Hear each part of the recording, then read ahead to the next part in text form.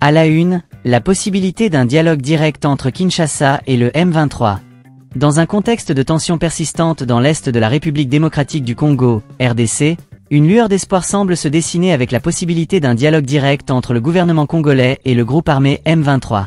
Cette perspective, longtemps considérée comme une ligne rouge par le président Félix Tshisekedi, pourrait marquer un tournant décisif dans un conflit qui dure depuis des années et qui a plongé la région dans une crise humanitaire et sécuritaire sans précédent. Un tournant dans la médiation angolaise. Le président congolais Félix Tshisekedi s'est toujours refusé à engager des discussions directes avec les rebelles du M23, un groupe armé qui contrôle désormais une grande partie du Kivu, dans l'est de la RDC. Cependant, cette position pourrait évoluer rapidement.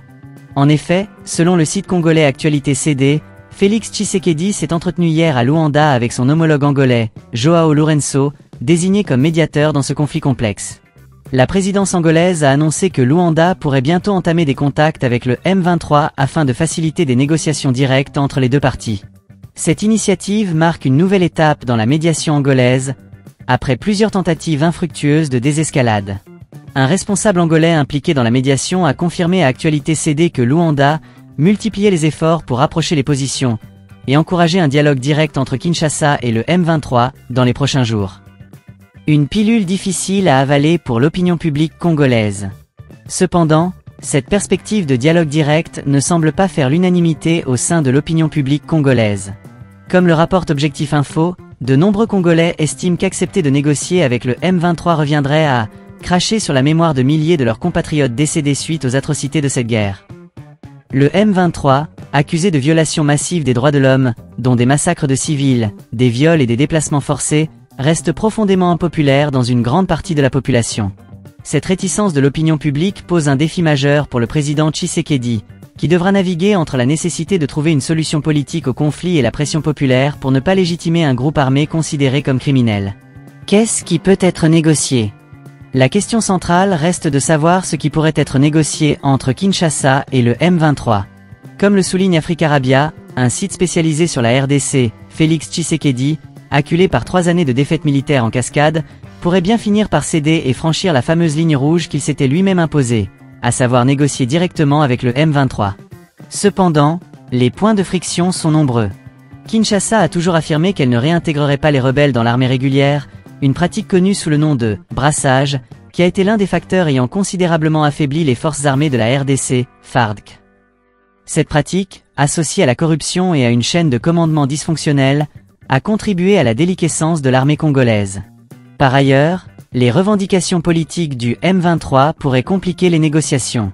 Corneille Nangaa, chef de l'AFC, la branche politique du M23, pourrait s'inviter aux négociations avec des demandes centrées sur l'illégitimité du président Tshisekedi et sa mauvaise gouvernance.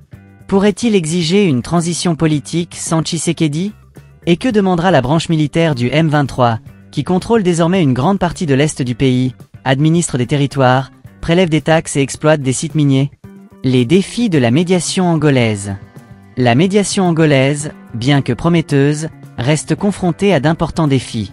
Comme le note Africarabia, l'Angola doit d'abord établir un contact avec le M23 et trouver un modus operandi avec le gouvernement congolais. Ce processus, loin d'être achevé, nécessitera une diplomatie habile et une volonté politique forte de toutes les parties impliquées. En outre, la médiation devra prendre en compte les intérêts des acteurs régionaux, notamment le Rwanda, accusé par Kinshasa de soutenir le M23. Bien que Kigali démente ces allégations, la question du rôle du Rwanda dans le conflit reste un point de friction majeur qui pourrait entraver les négociations. Tshisekedi dos au mur ? Sur le plan militaire et politique, Félix Tshisekedi semble acculé. Comme le rapporte Wakasera *, un site burkinabé, le président congolais doit faire face à un récent lâchage d'un chef des milices Wazalando, qui soutenait jusqu'alors les FARDC. Si ces milices passent à l'ennemi, Tshisekedi pourrait se retrouver contraint à la capitulation, faute de combattants. Sur le plan politique, le retour progressif de l'ancien président Joseph Kabila complique la situation.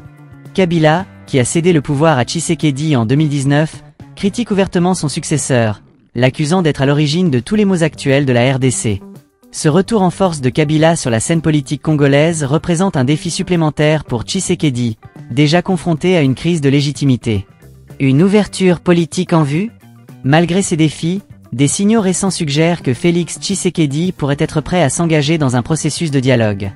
Après avoir élargi des opposants politiques et annoncé la mise en place d'un gouvernement d'ouverture, le président congolais semble chercher à apaiser les tensions internes.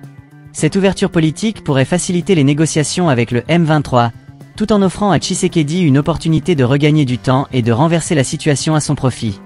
La possibilité d'un dialogue direct entre Kinshasa et le M23 représente une opportunité historique de mettre fin à un conflit qui a causé d'immenses souffrances dans l'est de la RDC. Cependant, les défis sont nombreux, tant sur le plan politique que militaire. La médiation angolaise, bien que prometteuse, devra surmonter des obstacles considérables pour parvenir à un accord durable. Pour Félix Tshisekedi, cette initiative pourrait être une chance de stabiliser le pays et de renforcer sa légitimité, mais elle comporte également des risques, notamment celui de mécontenter une opinion publique déjà sceptique. Dans les prochains jours, tous les regards seront tournés vers Luanda, où les premières étapes de ce processus de paix pourraient se concrétiser.